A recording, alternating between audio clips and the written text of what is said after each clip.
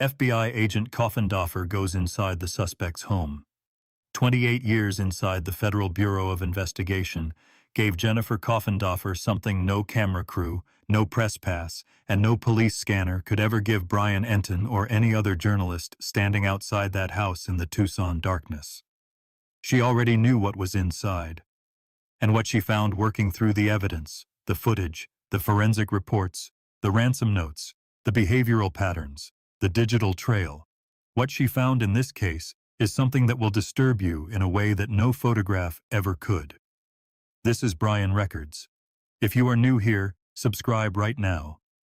We cover the Nancy Guthrie investigation with verified facts, confirmed reporting, and the kind of depth that changes how you see this case. Today, we go inside the evidence with the woman who saw the truth before anyone else did. Today, we follow Jennifer Coffindoffer, the woman who knew. There is a particular kind of knowledge that only comes from spending nearly 3 decades hunting the worst people on Earth. Jennifer Coffindoffer is not a television commentator. She is not a blogger with a true crime podcast and a ring light. She is a former FBI special agent who spent 28 years inside one of the most powerful law enforcement agencies on the planet. She built cases. She sat across from suspects. She read evidence the way most people read a newspaper. And she understood things in that evidence that most people would never see. When Nancy Guthrie disappeared on the morning of February 1, 2026, the official response was confused, slow, and as Coffindoffer would later make very clear, fundamentally compromised from the beginning. But Coffindoffer was not confused. By day 2, she was already telling Newsweek something that the public was not ready to hear. She said, "The person who approached that door keeps their head down and heads straight for the camera. They knew exactly where it was. One sentence. That was all she needed." Because in 28 years of FBI work, Jennifer Coffindoffer had learned that the difference between a stranger crime and a targeted crime is visible in the first 3 seconds of surveillance footage. And what she saw on Nancy Guthrie's doorbell camera, the deliberate downward tilt of the head, the direct path to the device, the zero hesitation, told her everything she needed to know. This was not a stranger. This was someone who had been to that house before. What was inside that house? To understand Coffindoffer's verdict, you need to understand what that house looked like.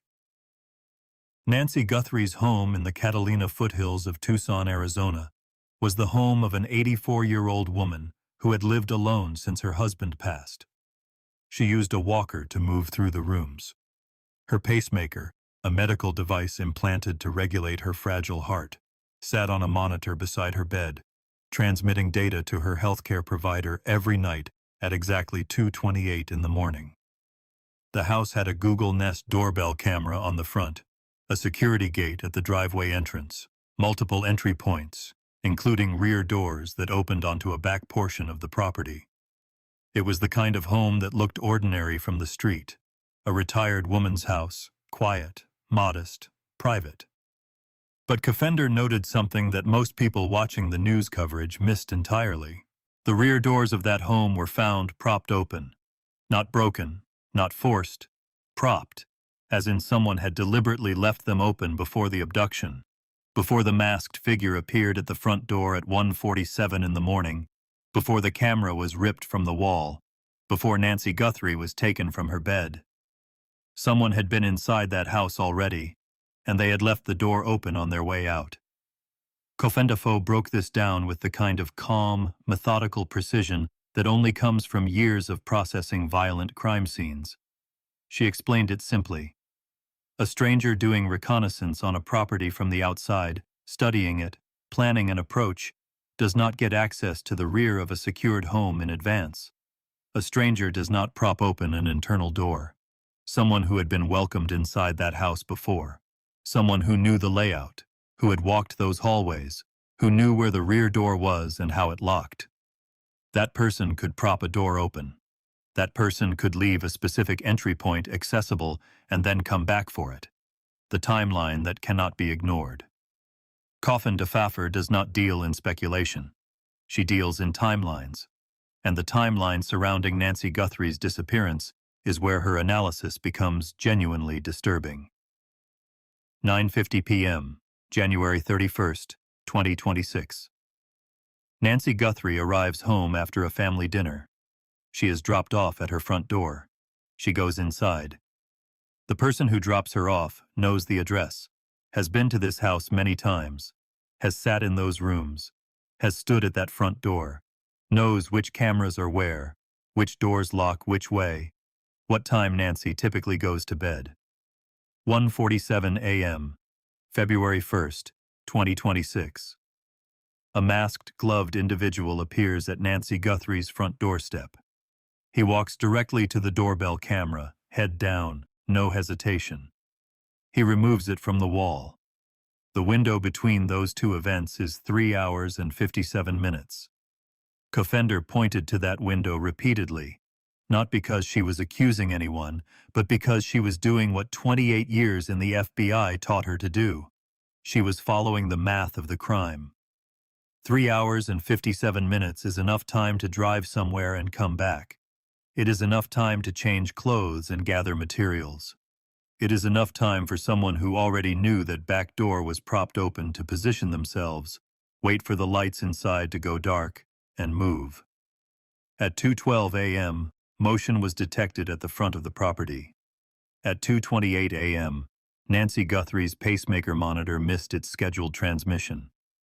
In a span of 16 minutes, an 84-year-old woman who could not walk 50 yards on her own was taken from her bed, moved through her own home, carried out of a building she had lived in for years, and transported to a location that has not been publicly identified to this day.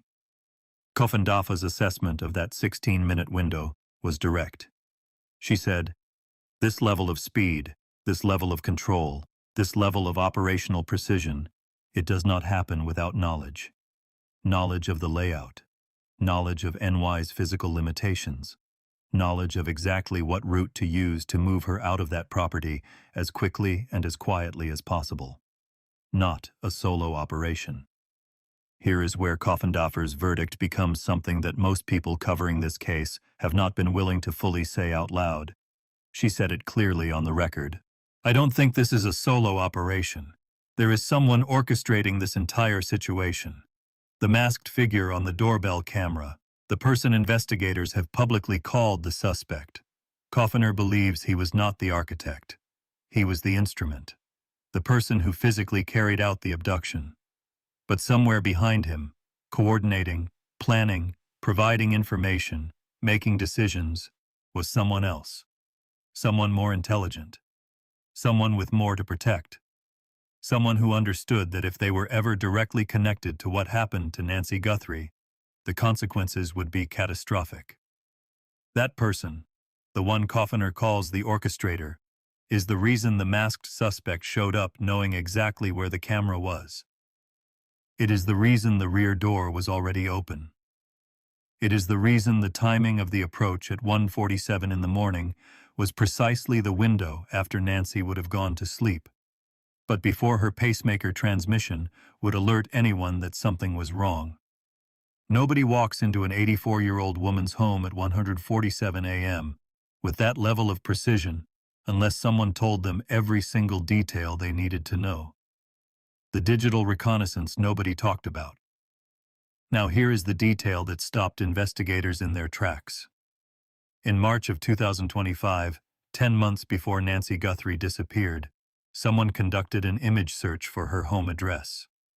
Using publicly available sources, they pulled up photographs of the exterior of her property, her driveway, her front door, the angles from the street. Then again, between November 30th and December 1st, 2025, 60 days before the abduction, someone did it again. 2 separate rounds of digital reconnaissance. 10 months apart, the FBI supplemented Google for the IP address data connected to those searches. The device, the account, the digital trail that leads back to whoever sat down at a keyboard and typed Nancy Guthrie's home address into a search engine with a specific purpose of studying that property from the outside. Kofendafa's response to this detail was measured, but the implication was unmistakable. A complete stranger to Nancy Guthrie, someone with no prior connection, no knowledge of the property, no access to the address, would have reason to research her home extensively, looking up the layout, the entry points, the camera positions. That reconnaissance would make sense for a stranger. But consider who did not need to conduct that reconnaissance. Consider who already knew that house, who had visited it many times, who knew where the cameras were, where the doors were, where the pacemaker sat beside the bed. For that person, running image searches for the exterior of NY's home in March and again in November would not be about learning what the house looked like. It would be about confirming something specific, verifying a camera angle, checking a sightline, making sure that the approach they had planned would work exactly the way they needed it to. The FBI has that IP address data now. They have the device records. They have the account information.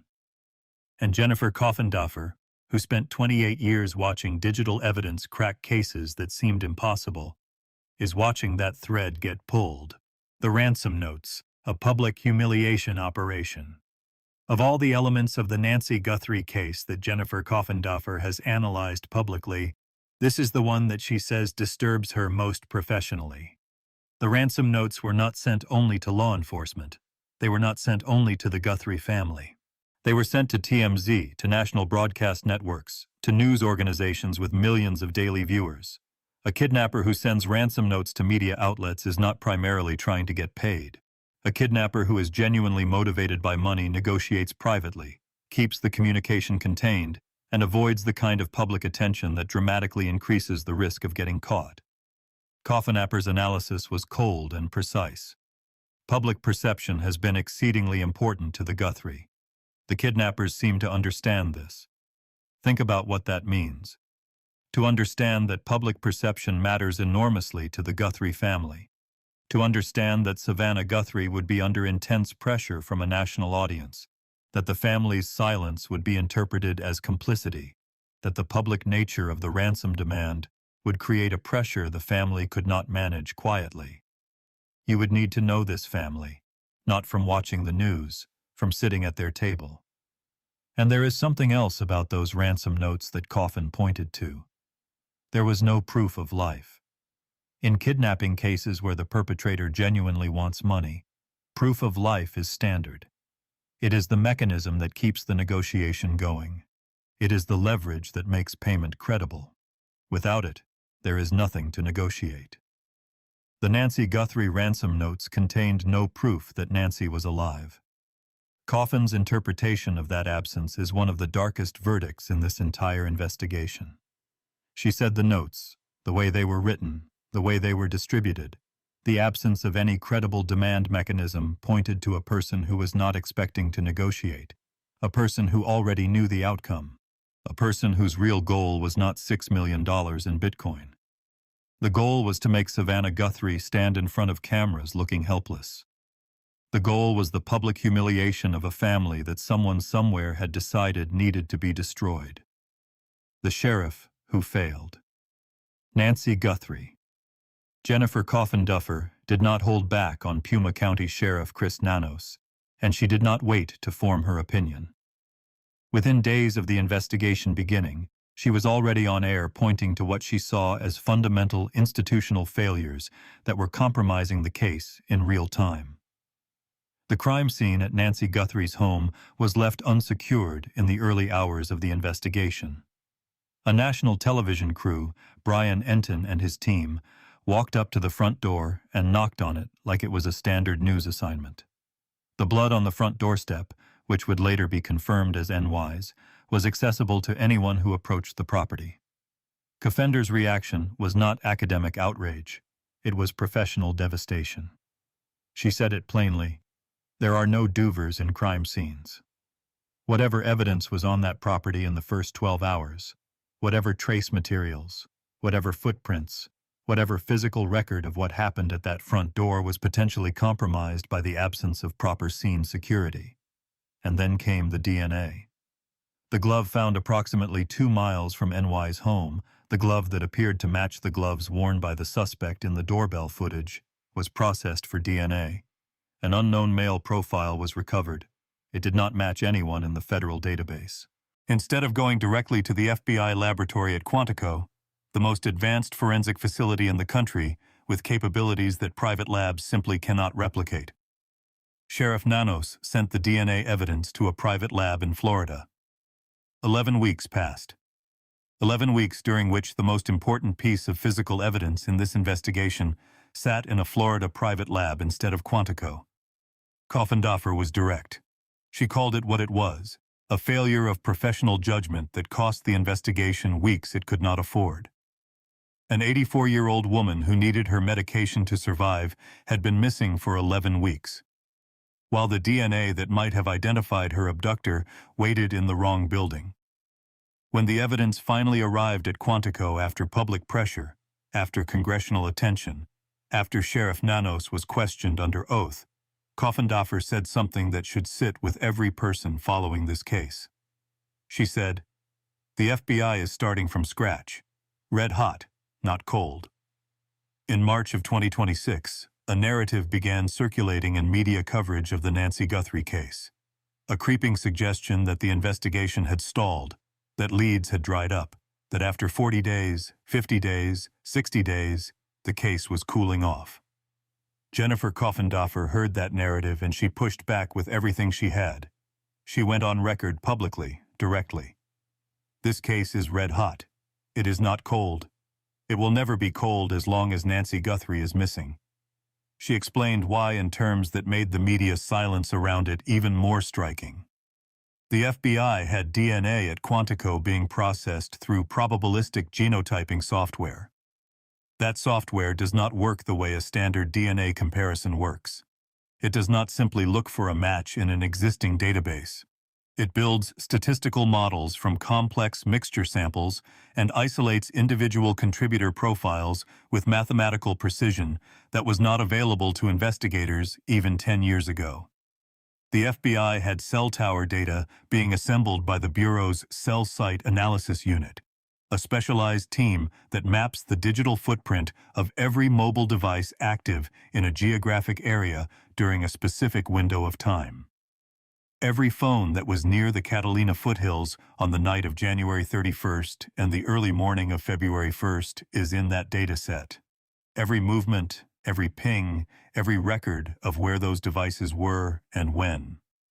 The FBI had the Google subpoena data, the IP address records from the image searches in March 2025 and November 2025, the device, the account, the person who sat at a keyboard and researched Nancy Guthrie's home address months before she disappeared. The FBI had the Bitcoin wallet, a wallet that received a small deposit on February 10th with the message, "We are ready to talk." Blockchain forensics teams do not lose that trail. Every transaction is permanent. Every wallet that ever touched that address is visible. Every exchange that ever processed funds connected to it is part of the record. The trail does not disappear. It never disappears. And Coffindoffer said something that law enforcement sources had confirmed but not publicized. Law enforcement has known who the subject is for some time. She said they knew. They had known. And the reason no arrest had been made was not because the investigation had stalled.